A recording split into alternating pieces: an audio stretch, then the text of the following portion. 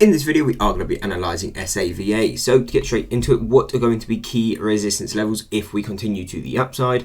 And as of right now, we have closest resistance at $45.80.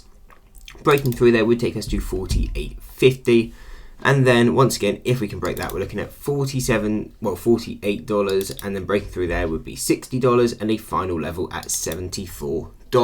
Now, how do you use these upwards resistance levels? So whether you're a short or long bias trader, you can use these levels in two ways. If you're short bias, obviously, just short the initial hit. What you would have seen, obviously, on this day, you hit the 45 and the 48.50 level.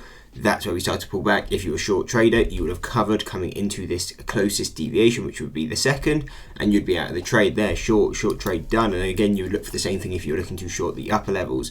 Now, if you're a long bias trader, how do you trade these levels? You wait for a break above the standard deviation level. You make sure the level can hold, and then you can play it long to that next deviation. For example, here we've come back to retest this $39 support. If this level can hold, then we expect to push back to the 45, and again, that's where you would get the long bias targets going into that next deviation. If you're looking to trade it through these two deviations and instead go to this one, then obviously again you want to see confirmation of these levels, a break above it, come back to retest it, and then a move forward.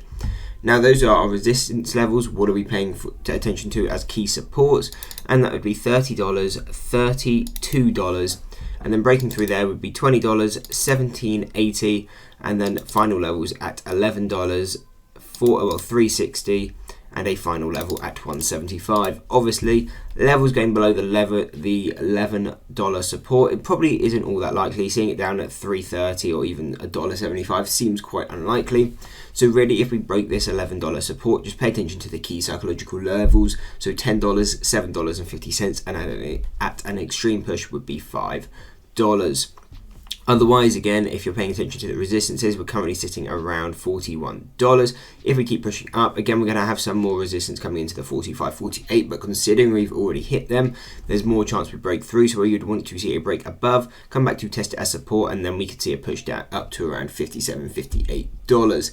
Anyway, I hope you enjoyed the video. If you did, why not drop a like and subscribe, and check out this analysis video here.